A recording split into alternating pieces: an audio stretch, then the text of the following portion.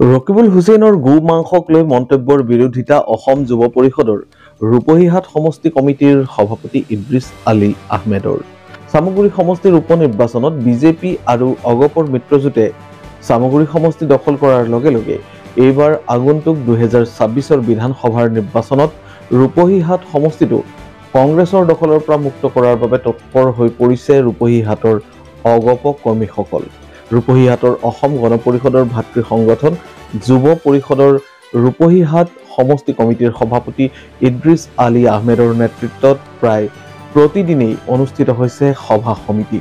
প্ৰতিখন সভাতেই যথেষ্ট সংখ্যক ৰাইজৰ উপস্থিতিও দেখা পোৱা গৈছে। সাম্প্ৰতিক গো মাংস বিতৰ্কৰ সন্দৰ্ভত ইদ্ৰিছ আলী আহমেদে জুৰিয়াত এনেদৰে কয়।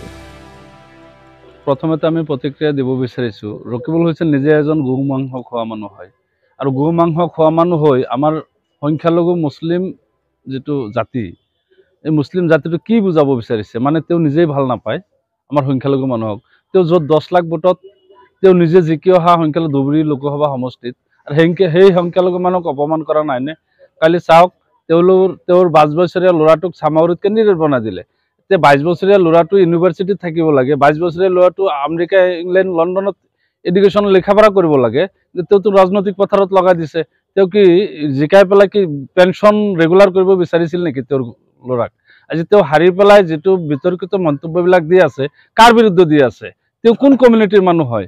গতিকে আমি তেওঁক এই বাহাৰে তীব্ৰ বাহাৰে নিন্দা জনাইছোঁ। তেওঁৰ এই সস্তীয়া ৰাজনীতি বন্ধ কৰিব লাগে। তেওঁ আজিৰ দিনত অসমত জিৰো, আৰু তেওঁ এটা ঠিকা লৈছে, মই যিখিনি গম পাইছোঁ, তেওঁ এজন ঠিকাদাৰ হৈছে যে কংগ্ৰেছ ধ্বংস কৰাৰ যিটো ঠিকা লৈছে, ভূপেন বৰাক লগত লৈ যিটো তেওঁ কংগ্ৰেছ ধ্বংস কৰাৰ ঠিকা লৈছে, তেওঁ নগৰৰ পৰা আপাৰলৈকে এইখিনি হয়তো 1-2 মাহৰ ভিতৰত তেওঁ একদম কংগ্ৰেছটো জিৰো কৰি দিব। তাৰপিছত আৰু হয়তো লয়াৰৰ ফালে অলৰেডি হ'লেই। গতিকে সেইকাৰণে তেওঁ ঠিকা লৈ পেলাই ইমান বিতৰ্ক কৰি আছে।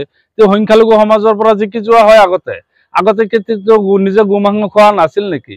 আজি আমাৰ ইলেকশ্যন বুলি গো মাংস খাব লাগিব তেনেকুৱা কোনো কথা আছে নেকি? একচুৱেলি তেওঁ নিজে তেওঁৰ পিতাকক যিটো হাৰিলে সেইটোলৈ তেওঁ মতিভ্ৰম হৈছে, তেওঁৰ মাথাটো একদম কাম নকৰা হৈছে। মই ভাবোঁ তেওঁ তেজপুৰ মেণ্টেলত গৈ পেলাই উন্নত চিকিৎসা কৰিব লাগে। তেওঁ ৰাজনৈতিক পথাৰৰ পৰা মিনিমাম 6 মাহৰ পৰা অব্যাহতি লৈ তেজপুৰ মেণ্টেল হস্পিটেলত যাব লাগে। চামগুৰিত যিটো আমাৰ ইলেকশ্যন হৈ গ'ল, চামগুৰিত আমাৰ দীপ্লুৰঞ্জন শৰ্মাক আমাৰ অসম গণ পৰিষদ আৰু বিজেপিৰ মিত্ৰজোঁটে ব্যাপক ভোটেৰে আমি জয়যুক্ত কৰিছোঁ। আৰু আগন্তুক দিনত 2026 আমাৰ টাৰ্গেট হ'ব ৰূপহী, আমাৰ টাৰ্গেট হ'ব ডিং, আমাৰ টাৰ্গেট হ'ব লাহৰীঘাট। আমি ৰূপহীৰ যুৱ পৰিষদ বা ৰূপহী অসম গণ পৰিষদ দলৰ বিধান পৰিষদ একদম সম্পূৰ্ণৰূপে আমি ব্যস্ত হৈ আছোঁ দলীয় কাম কাজত। গতিকে আগন্তুক দিনত নুৰুল হুদা, তেওঁৰ গুৰু গব্বৰ সিং যেতিয়া হাৰিছে, গব্বৰ সিঙৰ ল'ৰা যেতিয়া হাৰিছে, আৰু নুৰুল হুদা হাৰাটো 2026 চনত নিশ্চিত। আৰু ৰকি প্ৰডাকশ্যনটো আমি ৰূপহীত নাৰাখোঁ, ৰাইজে নাৰাখে।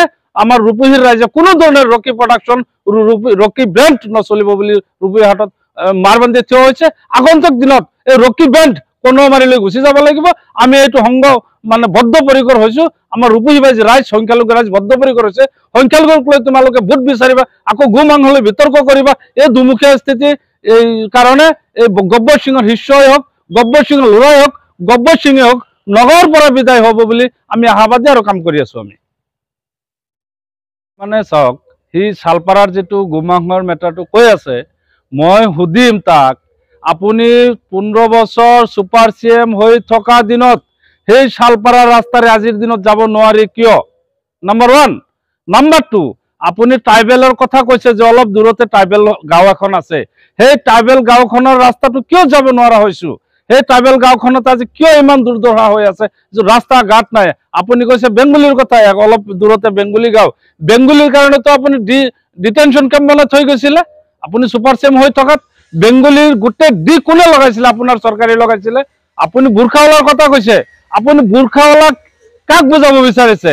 আমাৰ সংখ্যালঘু সমাজৰ ইছলাম ধৰ্মাৱলম্বী মানুহে বুৰ্খা লগায়, আপুনি বুৰ্খাক কিয় অপমান কৰিছে? গতিকে মই ভাবোঁ আপোনাৰ নামটো ৰকিবুল হুছেইন যোগ্যও নহয়। আপুনি এজন হিন্দু মুছলমান মানুহ হৈ পেলাই মুছলমানৰ বিৰুদ্ধে কথা কৈছে।